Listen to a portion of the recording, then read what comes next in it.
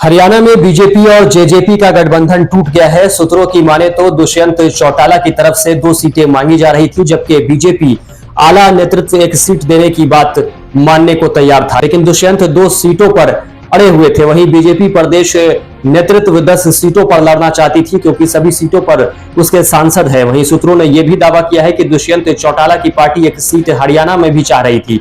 वहीं बीजेपी की हरियाणा यूनिट ने आला कमान को ये रिपोर्ट सौंपी है कि हमें एक भी सीट जेजेपी को नहीं देनी चाहिए। सूत्रों के मुताबिक केंद्रीय नेतृत्व का यही रुख था कि कुल मिलाकर बीजेपी का यह कहना था कि हमने सभी सीटें जीती हैं, हम किस लिहाज से उन्हें जीती हुई 1 सीट दे दें। वहीं इस सियासी घटनाक्रम से पहले बीजेपी के राष्ट्रीय अध्यक्ष जेपी नड्डा और दुष्यंत चौटाला की मुलाकात हुई थी।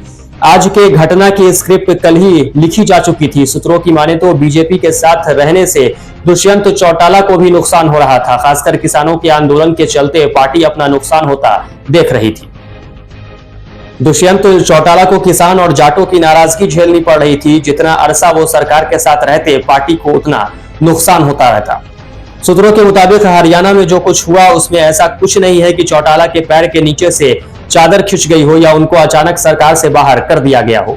अब चौटाला किसानों के बीच जाकर ये संदेश दे सकते हैं कि हम इस सरकार से अलग हो चुके हैं। बहरहाल लोकसभा चुनाव से पहले राजनीतिक सरगर्मी तेज हो गई है। कहीं नेता पाला बदल रहे हैं तो कहीं गठबंधन टूट रहा है। वैसे चुनावी मौसम आ गया है, ऐसे में इस तरह के घटनाक्रम होना आम बात है। अब देखना यह है कि क्या दुष्यंत चौटाला की पार्टी को बीजेपी से हटने का लोकसभा चुनाव में कोई फायदा मिलता है या नहीं।